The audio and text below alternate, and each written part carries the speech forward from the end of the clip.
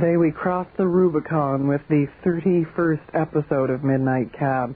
To mark the occasion, Walker Devereux crosses his own Rubicon. Here is The Mystery of the Desperate Man. Walker? Are you there? Where are you now? Walker?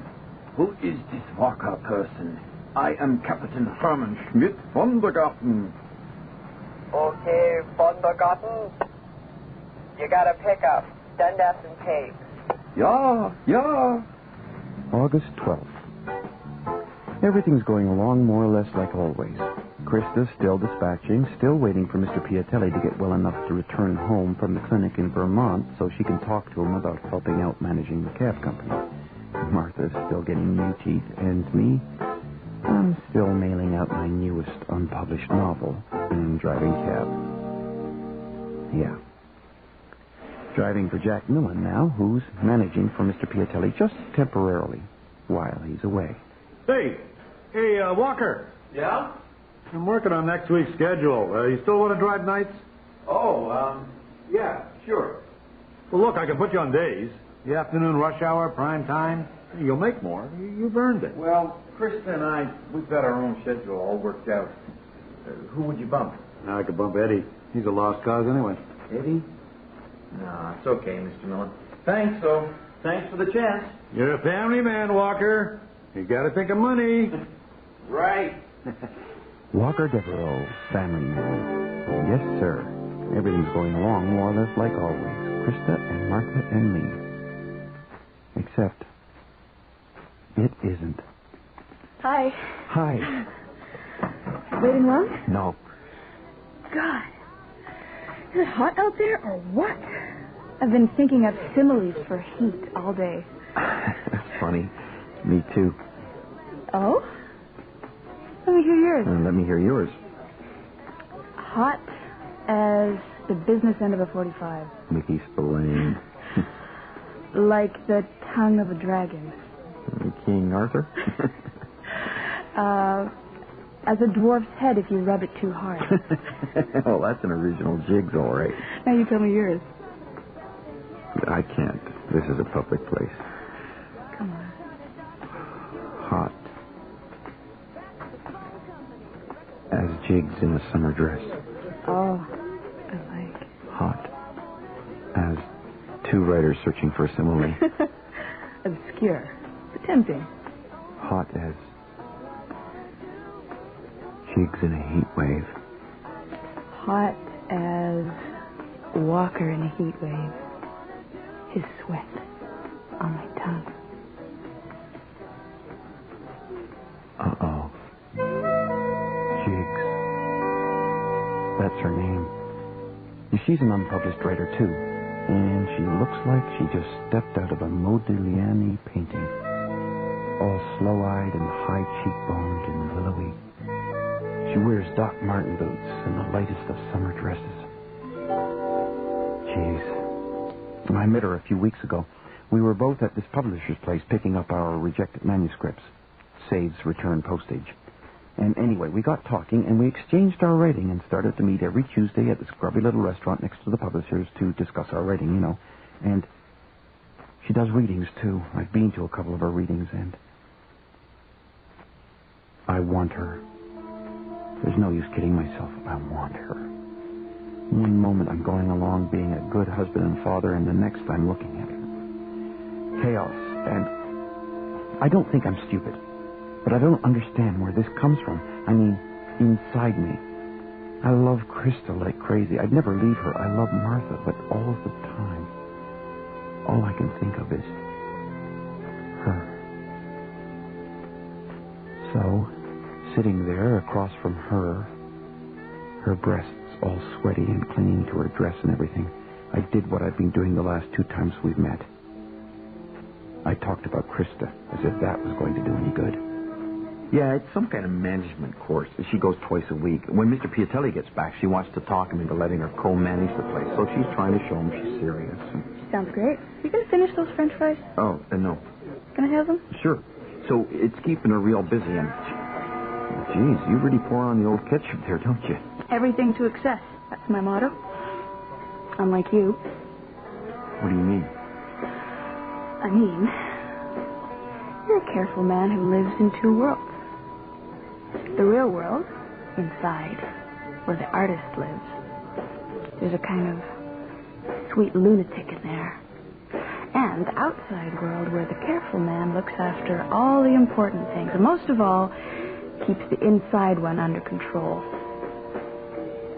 Why don't you let him out once in a while? Because I'm afraid if I do, he won't come back when he's called. I wish you'd let him out, Walker. Then he wouldn't have to talk so much. Yeah. I know.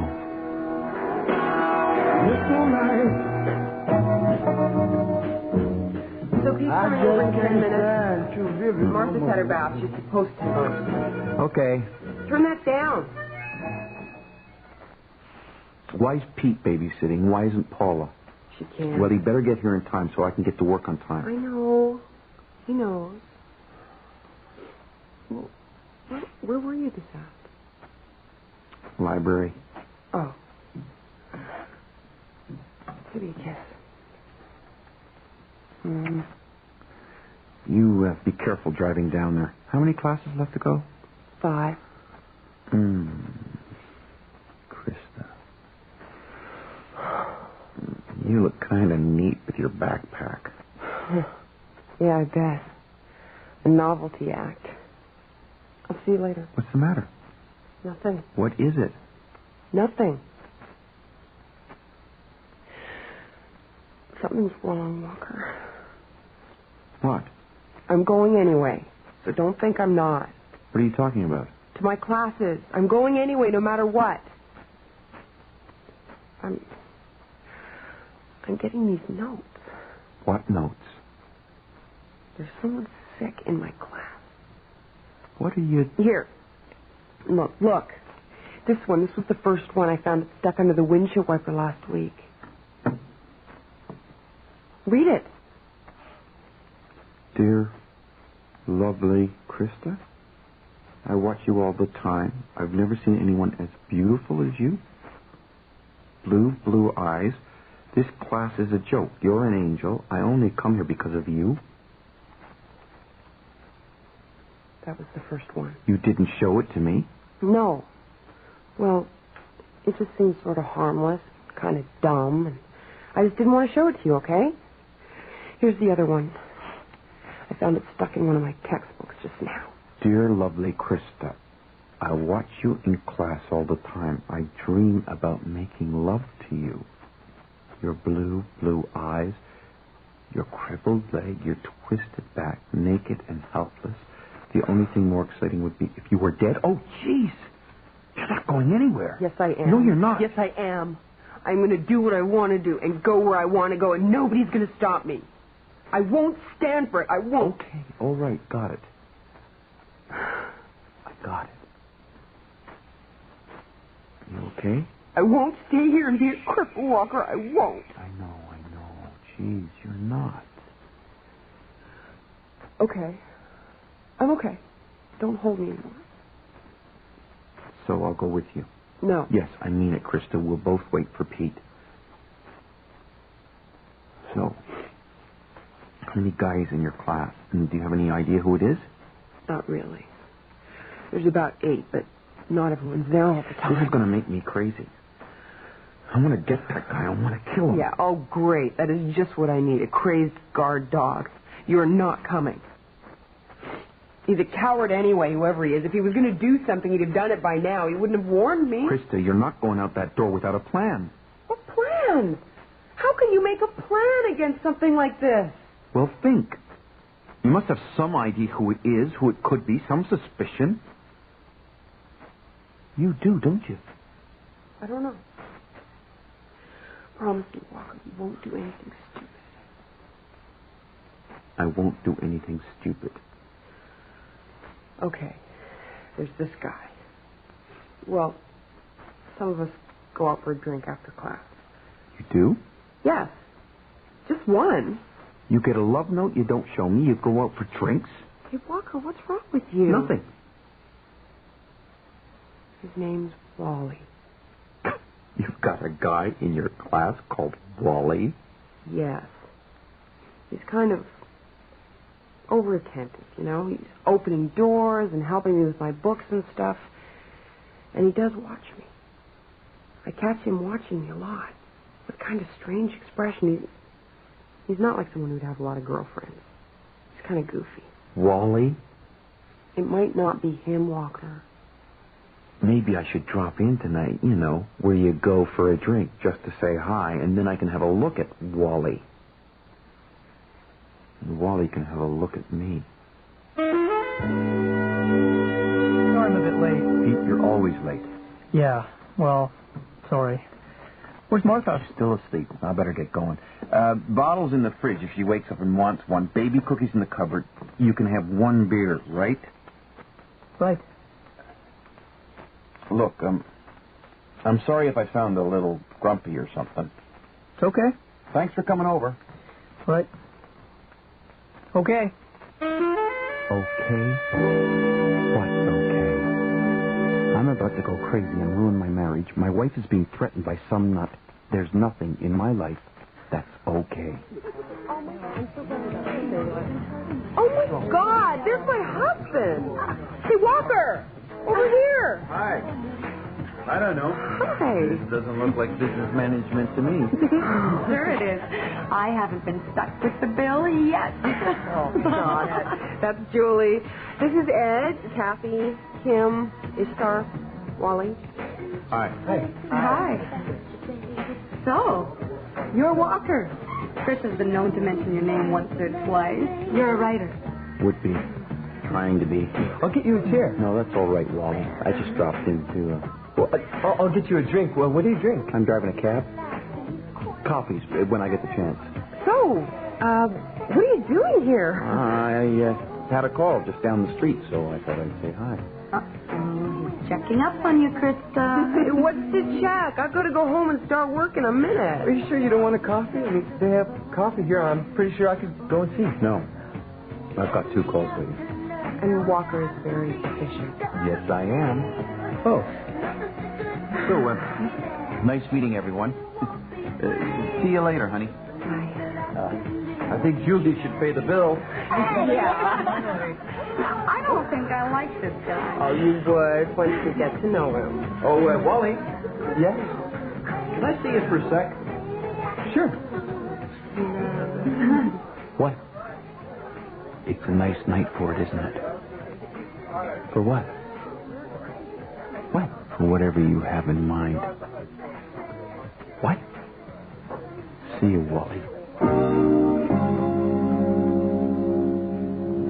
Walker! Where are you, Walker? Hi, you. That was the dumbest thing I ever saw.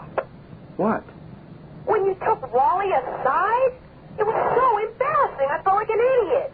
I thought you were just going to come into the place And I had to let him know. Well, I'd break his creepy head in two. What did you say to him? Do you feel lucky, punk? Something like that. He came back white as a sheet. Everybody was like totally uncomfortable. They thought you were one of those obsessed, crazy husbands. They thought you were a nut. Well, I am. I am a nut. I'll kill him if he does anything to hurt you ever again.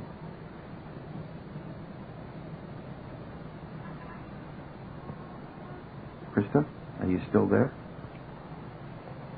Yeah. I don't think I overdid it. I really don't. Think of that second note. What kind of... Walker, What? I want you to be very calm. I'm calm. I want you to come home Why? because when I got back to my car, the windshield was smashed and there was another note inside.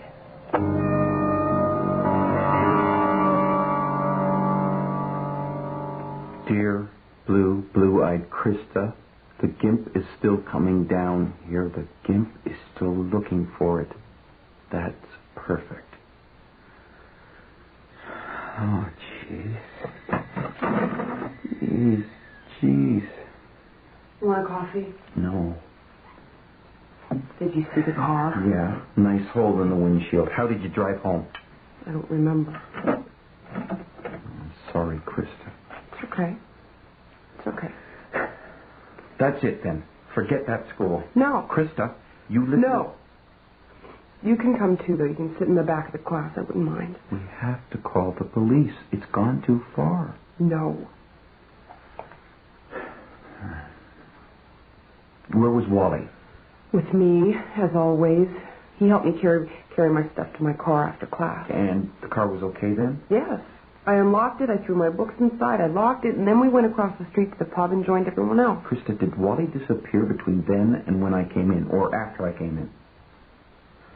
He went to the bathroom. How do you know that he went to the bathroom? Well, I assume he went to the bathroom. I didn't go with him. I don't think it's Wally. Look at him, Walker. He's like a little bunny. That's what they all look like until they wring your neck. Walker. Sorry. God. What about Pete? Pete? Our Pete? Little Pete? Yeah, he's 16. He drives. No. He's always hanging around. I notice he's over here when I'm not all the time. Keeping me company, and it's not all the time. All 16-year-old boys are closet perverts. I bet he has a crush on you. No, he doesn't. Did you tell him about your course? Well, yes. Where you go?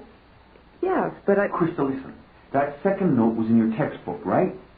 We assumed someone put it in there during your classes. Wouldn't it have been easier to slip it inside your book here? Pete's here all the time. No, he's not.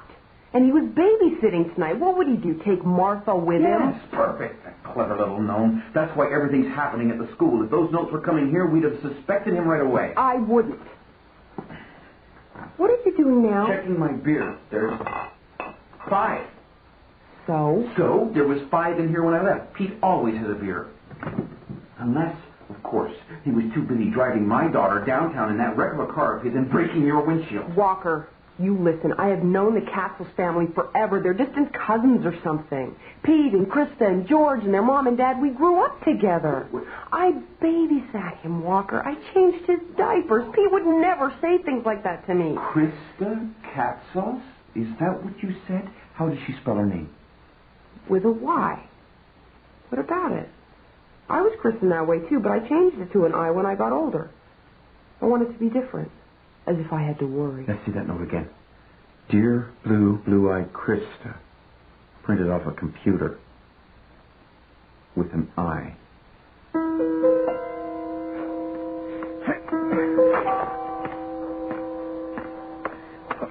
Hey, Pete. Oh, hi. You play hoops? Nah, not right now, thanks. You didn't have a beer last night, Pete. Well, I'm trying to cut back. Oh? Well, I got so hammered the other night. My head was like out to here. I was sick. I'll take your word for it. Look, are you okay to sit Saturday afternoon? Any kind of emergencies come up? Yeah. I guess so. Right. Chris is over at her aunt's. Well, maybe we should leave her a note so she doesn't call anyone else. Yeah, I can drop it off at the house before I go downtown. Here's a pad. Oh, okay. Pencil. It's nice of you. Yeah, well, let's face it. My social life sucks. I've got nothing better to do. Just write, Krista, Saturday's okay. Pete. All right. Here you go. Thanks. Oh, jeez. You spell Krista with a Y. Is that wrong? That's the way my sister spells it. No, that's right. Krista's going to be very happy you spell it that way, Pete. So am I. See ya. Yeah. So, back to number 1 suspect, Wally. The more I tried to calm down and think about everything, the more I didn't think so. Why would Wally confine his activity to the school where he'd be a suspect? It didn't make sense, and it wouldn't have been so difficult to follow Krista home, even for Wally. Home?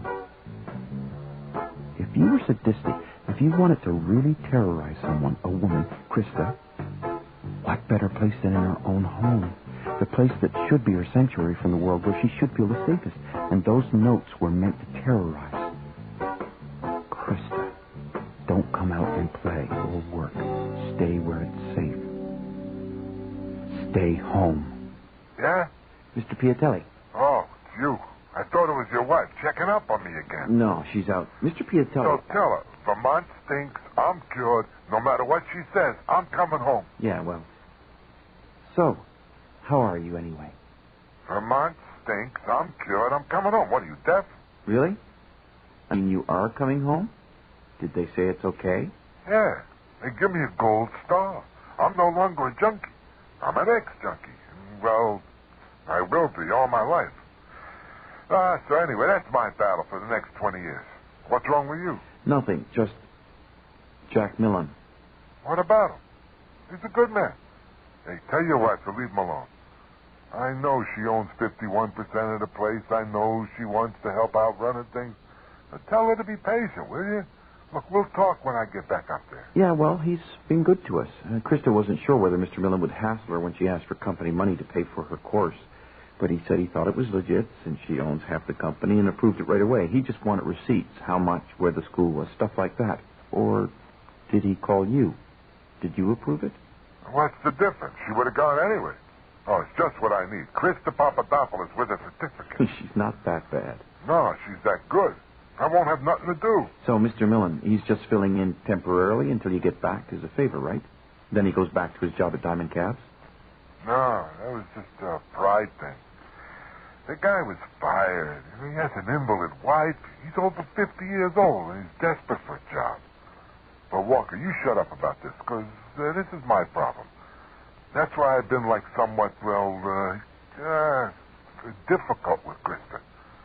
I just don't know what to do. That poor guy. So, in a way, Krista and Mr. Millen are competing for the same job. Yeah. The poor guy. I didn't go with Krista to her next class.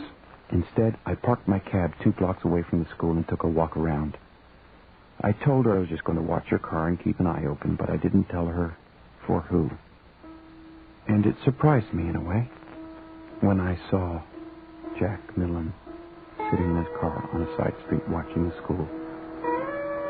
I felt almost as much sadness as rage. But not for long. Walker, what are you doing here? I'm going to try really hard to have a civilized conversation with you, Mr. Millen, but if you give me any trouble, I'm going to rip off your head and kick it down Spadina Avenue. What the hell are you talking That's about? what I mean by trouble, Mr. Millen. I don't think I can stand to hear you lie. You're surprised Krista came back to school tonight, eh? She's tougher than you thought. Look, I'm just sitting here. I'll kill you. You understand? Yeah. These notes are just too cruel. You understand? I'm not saying anything. How do I know you don't have a gun or a knife? You don't. You know, you would never have made Krista feel so bad about herself or be so scared that she would have just stayed in our house and left you in that job alone. You underestimated her, you bloody scum. Take it easy, kid. Come on. Yeah, guess what, Jack? These aren't the original notes at all. These are duplicates I typed up and ran off on that beat-up old printer in the office. They look similar to me, but Inspector Kiss, Metrotrona Police, he says it's exactly what printer printed those notes. He's very interested in this whole thing. Oh, yeah. This story of yours, have you told Alfonso? I'm afraid to. Mr. Piatelli loves Krista. Look, kid, whoever this guy is, or was, he wasn't really going to harm your wife, you know. Mr. Piatelli's coming home soon. What's going to happen? I think I got a job lined up somewhere else. I know you have. Jack Millen, his face the color of ash, drove away. And I walked back to my cab and put my head down and trembled like a leaf. I would have killed the guy. I would have killed him. Jack Millen. Jack Millen. He watched for a while. Saw you starting to go out after class. It was his chance. He probably left the first 2 notes at the same time, one under the windshield, the other one in your textbook where you tossed it, locked inside the car.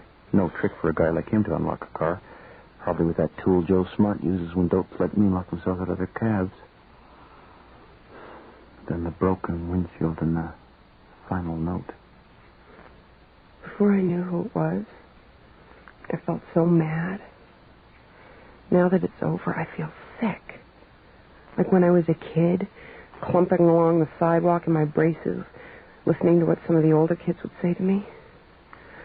I feel sick. He's gone. It's over. It's over. What are you trying to say, Walker? It's like... It's awkward for me to meet, here. I can't. Can't what? Can't what? At least say it if you can't do it. So, this is like... What? Goodbye?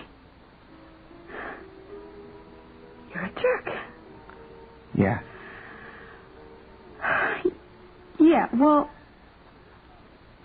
at least I'm true to whatever I feel. At least I'm the same inside and outside. You're the most convoluted person I ever met. Well, it was nice not knowing you, Walker, in the biblical sense.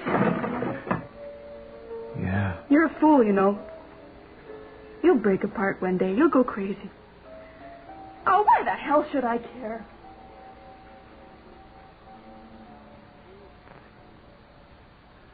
Right. So I lie in the dark beside my wife and feel... what? Virtuous? No. A wimp? No. Like someone else. I feel like someone else.